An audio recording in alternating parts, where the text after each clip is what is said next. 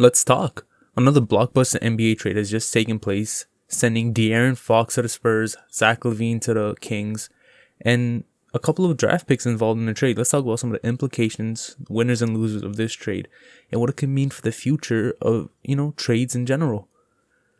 All right, to start off with, the Spurs get De'Aaron Fox and Jordan McLaughlin. This is something that was reported a week ago that Shams also reported on it. A lot of, reputable reporters said that De'Aaron Fox would prefer to be traded to San Antonio.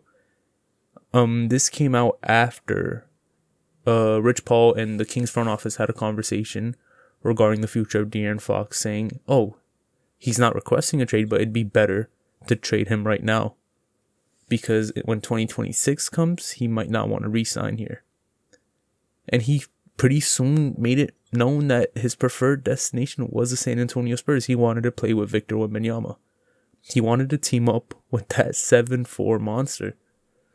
And a lot of people were sort of 50-50 on this trade, because you'd have to give up, or we thought you'd have to give up, some of your young players, either Vassell, Stephon Castle, Sohan, and some picks.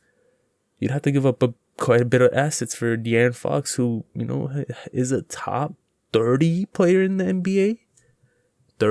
Top 40 player in the NBA. All-star caliber guard. Tremendous player, right? You'd have to give up something of substance for De'Aaron Fox.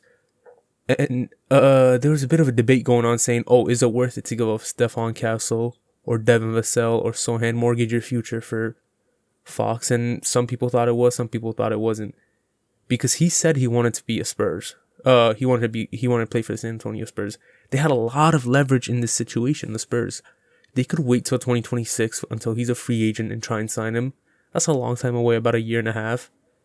But they decided to do something that I agree with, and it's trade for Fox. You have 1.5 years remaining, or 2.5 years remaining of Victor Wembanyama on his rookie deal. Try to maximize it. See if he could win something in this time period while he's only making about $12-13 million before you have to pay him a massive contract and your flexibility loosens up a little bit. Why not, swing for the fences? De'Aaron Fox is a player that fits great for the Spurs. The Spurs lack a ton of rim pressure. They don't have somebody who could get to the rim at a reliable rate. If you watch Spurs game, you'll see Wemby struggles a bit getting to the rim itself. He settles a lot on the perimeter.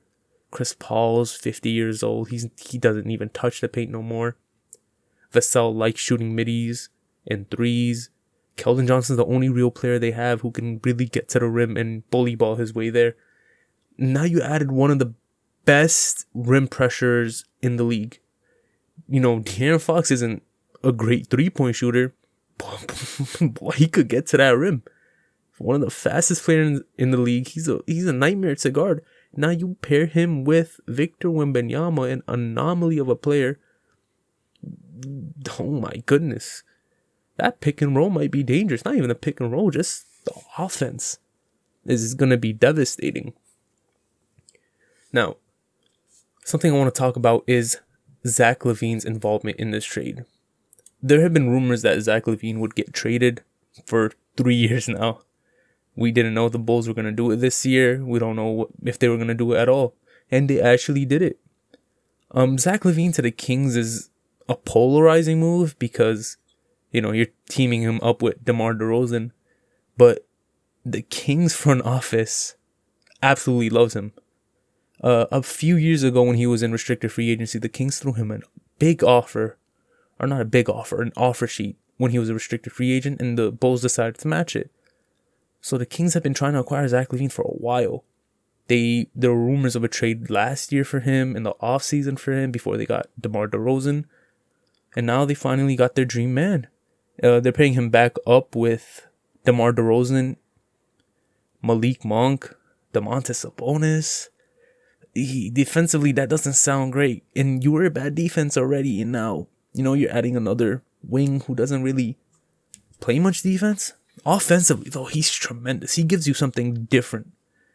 He gives you some of what De'Aaron Fox gives you in elite shooting. He's averaging, 24 points per game on near 50, 40, 90. Amazing. He's been amazing. He recouped a lot of the value he got, or he lost last year with his massive contract.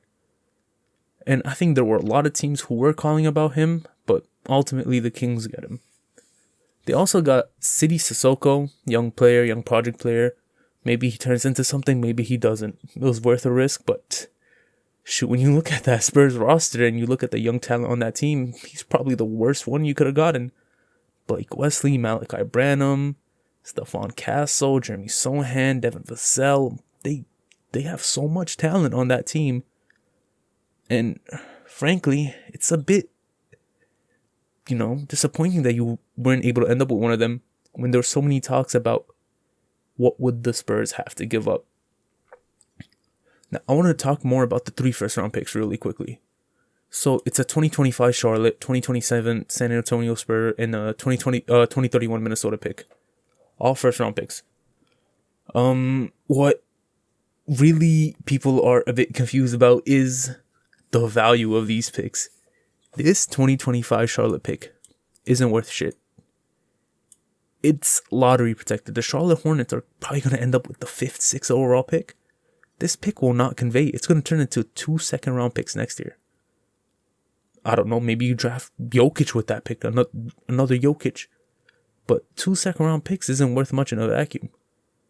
So you could just view this as 2 first and 5 second-round picks. This Charlotte pick isn't going to convey. It's not worth much. It's not worth anything, to be honest. San Antonio's own pick. This could be interesting, but I doubt the Spurs are going to be bad in 27. This might be a 28th pick, 27th pick, but I don't think it's going to be anything really spectacular. The really good pick, the Minnesota pick. You don't know what Minnesota is going to be in 2031. That's 6 years away. They could be the worst team in the NBA. It could be the best team in the NBA. They could be coming off a championship. You don't know. It's well worth it. 2031 pick. Good job, Kings. 3 second rounders. Second rounders, unless one of them is Nikola Jokic. I don't really see this turning into anything. Let's talk about the Bulls' return. The Bulls got Zach Collins, Trey Jones, Kevin Huerter, and their own 2025 pick. For a return for Zach Lavine, it's hard not to be disappointed about this. It really is. I understand that teams were really reluctant to trade for Lavine's massive contract, but he's been so good this year. He's been a borderline all-star.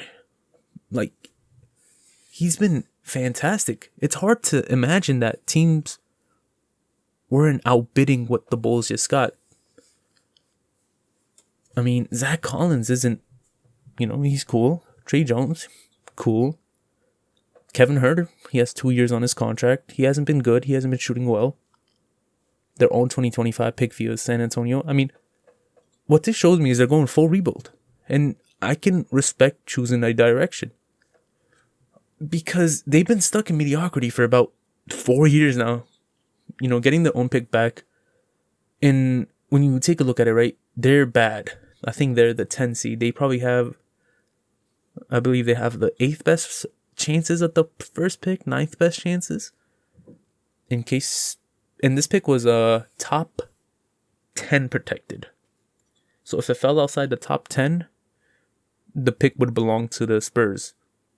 But now the pick is entirely, the Bulls. It's a Chicago Bulls pick. What it really entails is that I don't think they're going to go for a full-on sell job right now. They're going to be bad. I don't think they're going to make the play-in. I don't think they're going to make noise. They might trade Vucevic, they might not. But what this is really doing is it's setting them up to tank next year. Because this pick is different from the Charlotte pick.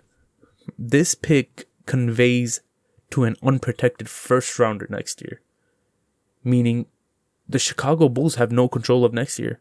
This pick would belong to San Antonio next year if they hadn't got this back in this trade. And that way, it's a big win. They didn't get any additional assets. They just wrote the wrongs that they made from past mistakes. And I could commend them because a lot of front office aren't willing to do that. they're able to take it on the chin and say, oh, we messed up. Let's get this pick back. If they don't tank, though, however, oh my goodness, what are they doing? If they buy in more to this roster, they've lost their mind. That front office has lost it. This sets them up for in prime position to tank, to lose some games, get a better picks, rebuild the team completely. Trade Vucevic, trade anybody who has some sort of value. Be bad this season, be bad next season, be bad for a few more seasons. Try to, gather some talent. But overall, the Spurs absolutely fleeced. Absolutely fleeced in this trade. To get De'Aaron Fox without giving up any of your young core, and not even mention, they didn't give up a single Atlanta first. That 2025 Atlanta first round pick is very valuable right now. The Hawks are on a 7-game losing streak. It's an unprotected pick. Jalen Johnson is out for the season. They're going to struggle to win some games. And we already see that. They're on a 7-game losing streak. That pick might be the 7th overall pick, 6th overall pick. It's a valuable pick. To not even get that, not get the young players, not get a Hawks pick. Everybody thought, oh, Stephon Castle might be in the shade. Vassell might be in the shade. But for sure, the 25 Atlanta first rounder was going to be in this trade. It's too valuable of a pick to not get in this situation. Like, okay, you got 3 first rounders. This is worthless. The Charlotte pick is worthless. Spurs pick could be the 20th to the 30th pick. I think the Spurs are going to be good then. They're going to be a perennial playoff team by the time 2027 rolls around. You have De'Aaron Fox, Wembanyama, unless something goes terribly, terribly wrong in the next few years. The Minnesota pick is valuable as well. This is a good pick. But with the roster that you have right now, right? It's a win now roster. You're not planning for the future. You have players who are in their prime. They're not going to get any better. DeMar DeRozan's not going to get any better. I envision Lavine and Sabonis aren't going to get any better. That 2031 first rounder really doesn't mean much. You probably prefer something sooner. That Atlanta pick is good. Great pick. But the Kings unfortunately didn't get it. So once again, this was a fleece by the Spurs. Because you still have Sohan. You have 2 contracts that you could trade in Harrison Barnes and Keldon Johnson for a potential another big trade if you want to do that. You have young assets in Vassell and Stephon Castle and Sohan still. You have all your own first round picks except for 2027. You have all of the Atlanta picks you got from the DeJounte Murray trade. They're in tremendous position right now to try and build a really, really good team around Victor Wembanyama while he's still on that rookie deal. And I wouldn't be surprised if they try to make another move down the line. Maybe not a massive move, but they could try and consolidate some of those contracts and some of those assets to try to get somebody who can even, who could better fit Wembanyama in the team, even in the short term and in the long term. But overall, what a great trade for the Spurs. A+. A++ for the Spurs if I could. Kings, I'd give them a C-. It's tough for a team who, didn't make the playoffs for 18 years to suddenly try and, go back to mediocrity. Not even mediocrity, to go back to being shitty when they've done it for 18 years. I just think the return could have been better, but I understand they didn't really have leverage in this situation. Anybody who would be trading for De'Aaron Fox, they'd have to think about, he said he wants to be a Spur. What if he just leaves us in free agency in 2026? I completely understand why they couldn't get the package they wanted. But it's hard to imagine that, you couldn't have asked for the Atlanta pick at the very least, if not for a young player. Or a young player instead of the Atlanta pick. But this is really Lavine, 2 first rounders and 5 second round picks, which is tough. A player like De'Aaron Fox is worth a bit more than that. The Bulls, I'd give them, they get a C if they tank. If they don't start tanking, this is an F. You didn't get anything, really.